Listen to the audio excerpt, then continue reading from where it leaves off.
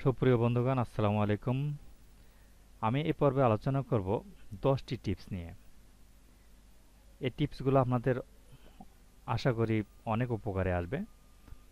এর মধ্যে প্রথম টিপস হচ্ছে কোনো এক সালের এবং নির্দিষ্ট কোনো দিনের বারের নাম কি।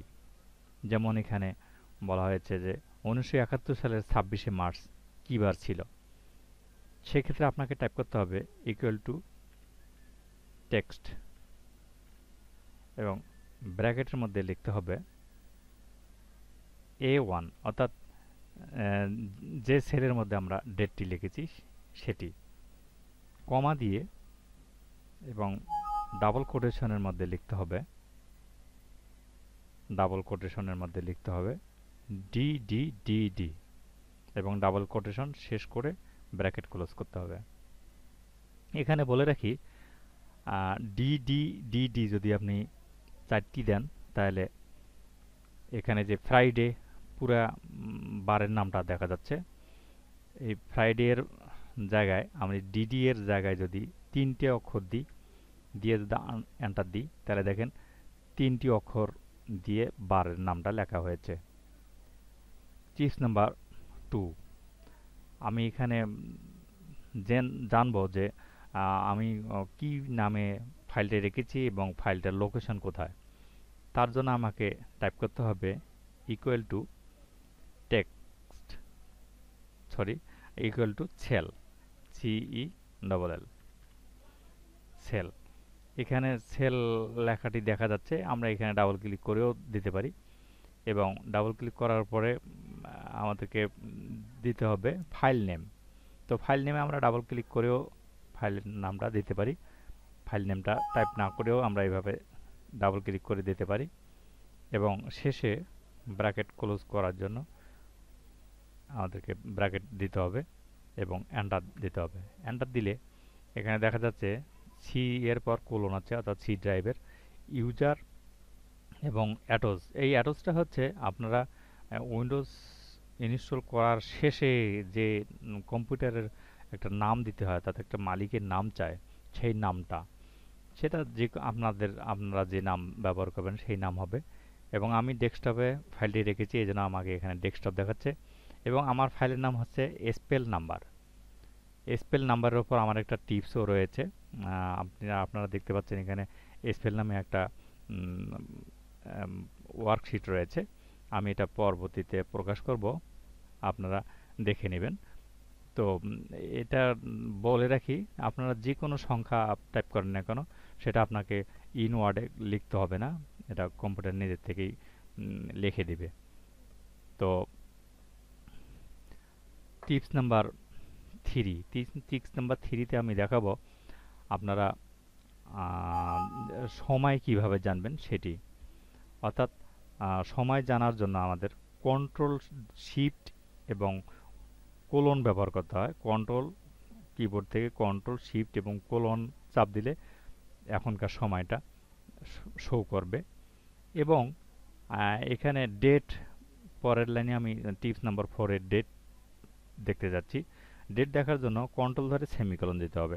কন্ট্রোল ধরে সেমিকোলন দিলেই আপনারা ডেট পেয়ে যাবেন। বলে রাখি এই ডেটটা প্রতিদিন চেঞ্জ হবে না।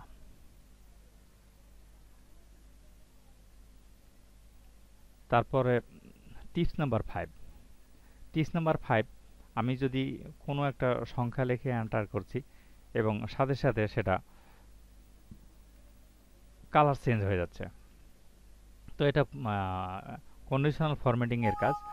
আমি যতটুকু করতে চাই সেটা ততটুকু সিলেক্ট করে নেওয়ার পর কন্ডিশনাল ফরম্যাটিং এ ক্লিক করে এখানে নিউ রুলে ক্লিক, তারপরে use formula determine which cell to ফরম্যাটে ক্লিক করার পর এখানে ইকুয়াল টু দিয়ে আপনি কোনগুলো সেলের, আমি এখানে যোগফল অবশ্য করেছি, এইটা যোগ এইটা যোগ এইটা সমান, আমি যদি চাই যে 12 যদি হয় তাহলে আমাকে একটা ফরম্যাট দিতে হবে।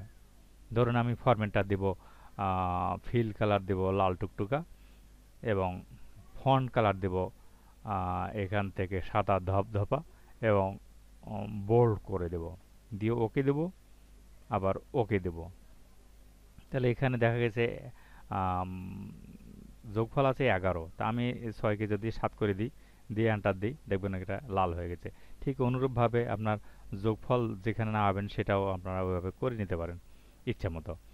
তারপরে টিপস নাম্বার 6, টিপস নাম্বার 6 এর মধ্যে আমি অবশ্য টাইপ করতে চাচ্ছি না, তার কারণ আমি সবগুলো বলতে গেলে এবং লিখে দেখাইতে গেলে প্রচুর সময় সাপেক্ষ ব্যাপার এবং ভিডিওটি অনেক লম্বা হয়ে যাবে।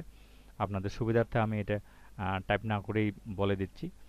আপনারা যেটা খুঁজতে চাচ্ছেন, অর্থাৎ আমি খুঁজতে চাচ্ছি, আমার এখানে তো অনেক লেখা রয়েছে, A4, 5, 6, এখানে এই 3টে লাইন রয়েছে, এই 3টে লাইনের মধ্যে অনেক লেখা রয়েছে। তো এই লেখাগুলোর মধ্যে আমি যদি কোনো শব্দ খুঁজে বের করতে চাই, যেমন এখানে ডেস্কটপ আমি এখানে ব্যবহার করেছি, দেখেন এখানে টপ নামের যে শব্দটা আছে, এই টপ নামের শব্দটা আমি খুঁজে যদি বের করতে চাই, এবং আমাকে এভাবে সূত্রটা লেখার পর যদি শব্দটা খুঁজে পায় তার জন্য সিন, এবং যদি শব্দটা খুঁজে না পায় তার জন্য আনসিন ব্যবহার করেছি।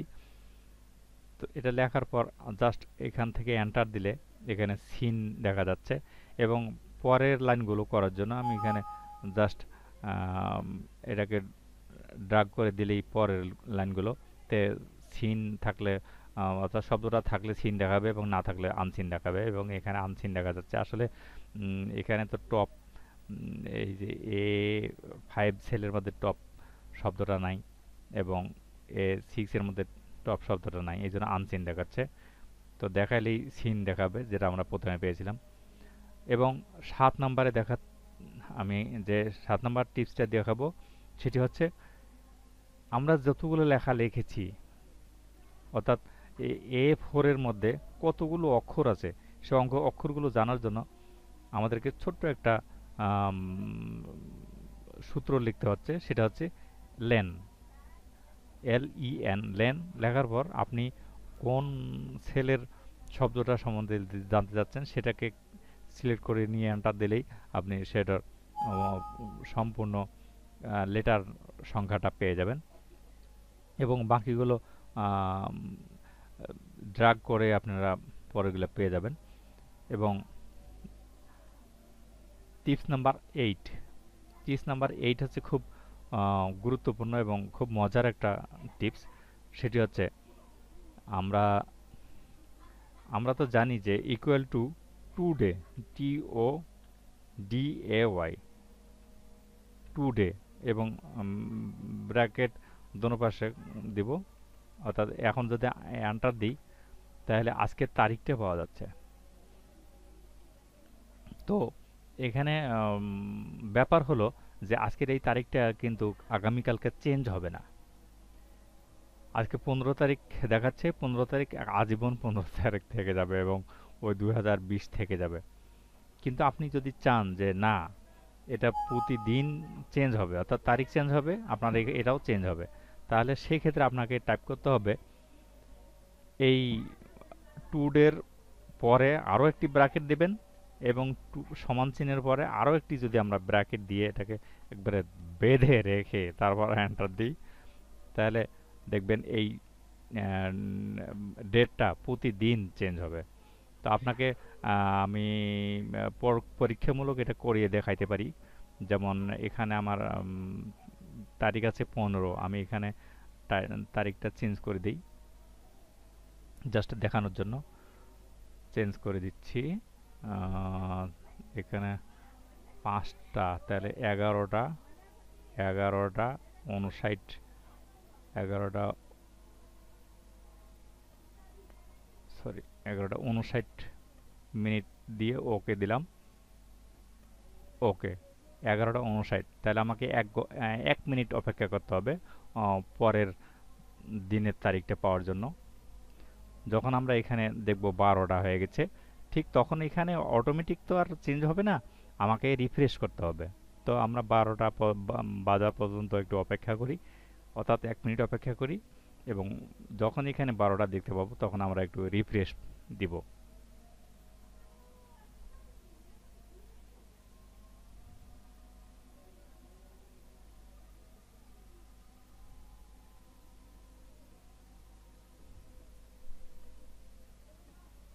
বারোটা বেজে গেছে, আমরা রিফ্রেশ দেব। কিবোর্ড থেকে যে কোনো জায়গায় ক্লিক করার পর, ফাঁকা যে কোনো সেলে ক্লিক করার পর ডিলিট চাপ দিলেও রিফ্রেশ হবে। দেখেন অটোমেটিক 16 তারিখ হয়ে গেছে। এবং F4 চাপ দিলেও রিফ্রেশ হবে। F4 চাপ দিলে রিফ্রেশ হয় এবং ডিলিট চাপ দিলেও রিফ্রেশ হয়। তারপরে 9 নাম্বার টিপসটা আমি দেখাবো, যেটি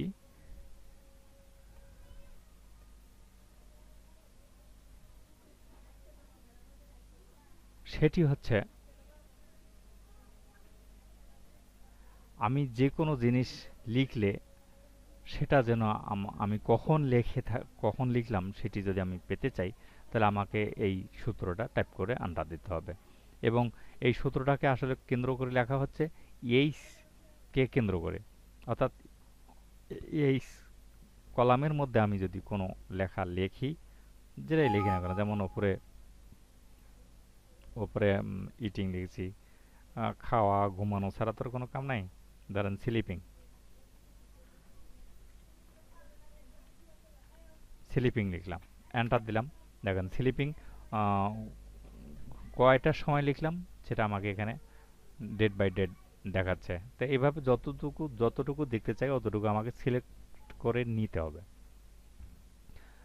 আর সর্বশেষ টিপস নাম্বার 10, টিপস নাম্বার 10টা হচ্ছে এই আবারও আমি টিপস নাম্বার 2 এর মধ্যে যাচ্ছি।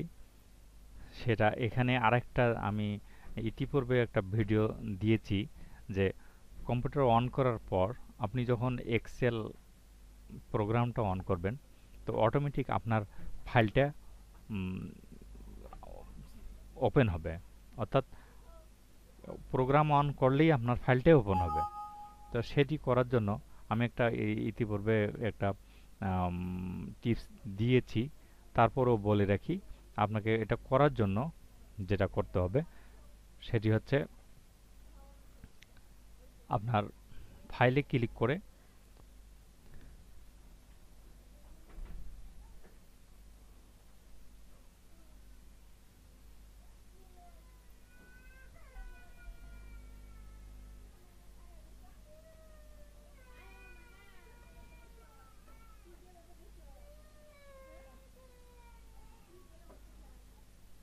এটি করার জন্য আমি আবারও দেখাচ্ছি। তার জন্য আপনাকে কন্ট্রোল প্যানেলে যাইতে হবে। কন্ট্রোল প্যানেলে গিয়ে আপনার এখানে ফোল্ডার ফোল্ডার অপশন একটা অপশন আছে, folder,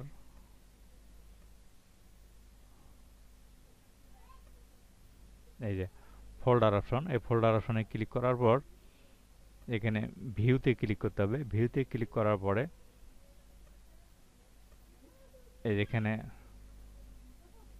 show hidden files or folder, এখানে ক্লিক করতে হবে। করার পর অ্যাপ্লাই এবং ওকে দিতে হবে। দেওয়ার পর আপনাকে যা করতে হবে সেটি হচ্ছে এই আবার আমরা সি প্রোগ্রামে গিয়ে যাব। এখান থেকে সি প্রোগ্রামে যাওয়ার পর আপনার এখানে যে ইউজারে যাইতে হবে। ইউজারে যাওয়ার পর অ্যাটোজ, অর্থাৎ আমি একটু আগে যেটা বলেছিলাম যে আপনারা উইন্ডোজ দেওয়ার সময় যে নামটা দেন সেটা সেটার উপর ক্লিক করতে হবে। করার পর অ্যাপ ডাটাতে ক্লিক করতে হবে। অ্যাপ ডাটার পর রোমিংয়ে ক্লিক করতে হবে। এরপর মাইক্রোসফট এ ক্লিক করতে হবে। মাইক্রোসফটে ক্লিক করার পর এখানে দেখবেন অ্যাড ইনস, এই অ্যাড ইনসে এসে আমি এখানে যে ফাইলটি আমি অন করতে চাই সেই ফাইলটি এখানে পেস্ট করতে হবে। যেমন আমার এখানে স্পেল নাম্বার একটা ফাইল অলরেডি আছে, এই জন্য আমি এখানে অন্য কিছু পেস্ট করছি না। তো আশা করি আপনাদের উপকারে আসবে। তো আপনাদের কাছে আমার একটা রিকোয়েস্ট, সেটা হচ্ছে আপনারা যদি এখান থেকে কিছু শিখতে পারেন তাহলে আমাকে একটা মেসেজ দিয়ে উৎসাহিত করাবেন। এই বলে আজকের মতো বিদায় নিচ্ছি। আল্লাহ হাফেজ।